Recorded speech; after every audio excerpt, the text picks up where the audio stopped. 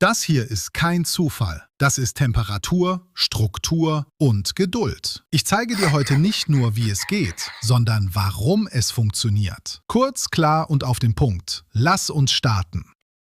Schritt 1. Kartoffelmasse vorbereiten. Ich beginne mit den Kartoffeln. Hierfür nehme ich mehlig kochende Kartoffeln. Ich schäle sie gründlich, wasche sie kurz ab und reibe sie anschließend grob. Wenn alles gerieben ist, presse ich die Masse kräftig aus. Warum? Weil Wasser die Kruste verhindert. Die Flüssigkeit gieße ich durch ein Sieb in eine Schüssel und lasse sie stehen. Am Boden setzt sich reine Kartoffelstärke ab. Genau diese Stärke geben wir später wieder zurück in die Masse. Das sorgt für natürliche Bindung. Jetzt kommen 2 Eigelbe dazu, die abgesetzte Kartoffelstärke, Salz, Pfeffer, etwas Paprikapulver und frisch geriebene Muskatnuss. Dann gebe ich geriebenen Käse dazu, alles gründlich vermengen, bis eine kompakte, gleichmäßige Masse entsteht. Schritt 2. Kartoffelteppich backen. Ein Backblech mit Backpapier auslegen. Die Masse etwa 1,5 cm dick, gleichmäßig verstreichen. Wichtig: gleichmäßig arbeiten, nur so wird alles später gleichmäßig knusprig. Bei 180 Grad Umluft etwa 20 bis 25 Minuten backen. Der Teppich soll goldbraun sein, aber noch flexibel.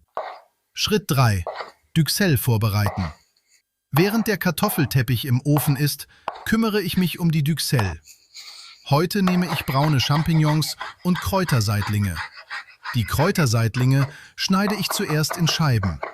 Aus den Scheiben mache ich Streifen und die Streifen würfle ich fein. Anschließend hacke ich alles noch einmal durch, damit eine gleichmäßige, feine Struktur entsteht. Die Champignons hacke ich ebenfalls sehr fein. Zwiebel in kleine Würfel schneiden. Knoblauch fein schneiden. Frischen Thymian von den Stielen abzupfen und die Blätter fein hacken. Schnittlauch in feine Röllchen schneiden.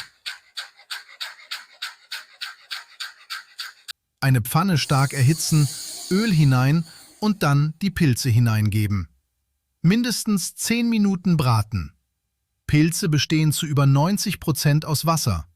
Diese Feuchtigkeit muss komplett verdampfen. Erst zum Schluss würze ich mit Salz und Pfeffer und gebe die Kräuter dazu. Die Masse muss trocken und aromatisch sein. Schritt 4. Schweinefilet vorbereiten. Die Schweinefilets habe ich etwa 30 Minuten vorher aus dem Kühlschrank genommen. Jetzt werden sie pariert. Wenn du genau wissen willst, wie das geht, dazu habe ich ein eigenes Video auf meinem Kanal. Kurz vor dem Anbraten würze ich sie. Dann brate ich sie rundum scharf an.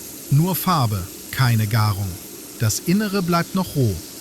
Schritt 5. Zusammenbauen. Der Kartoffelteppich ist fertig.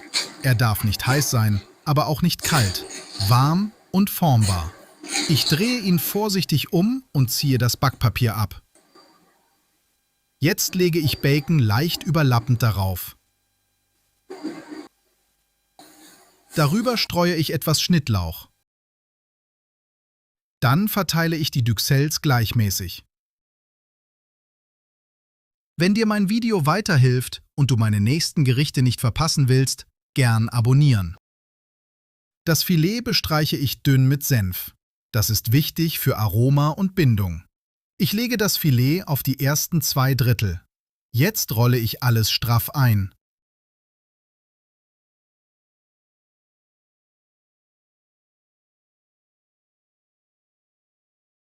Die Naht kommt nach unten auf ein mit Backpapier belegtes Blech.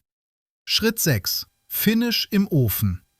Ein Eigelb mit etwas Wasser verrühren und die Oberfläche damit bestreichen. Zum Schluss etwas frisch geriebener Parmesan darüber. Bei 180 Grad Umluft etwa 18 bis 22 Minuten backen.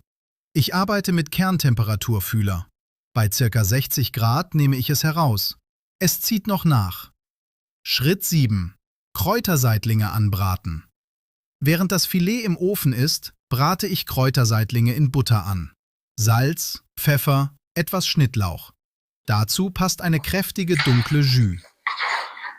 Außen knusprig, innen saftig, rosa Kern. Genau so gelingt es. Guter Geschmack beginnt nicht beim Würzen, er beginnt bei den Zutaten.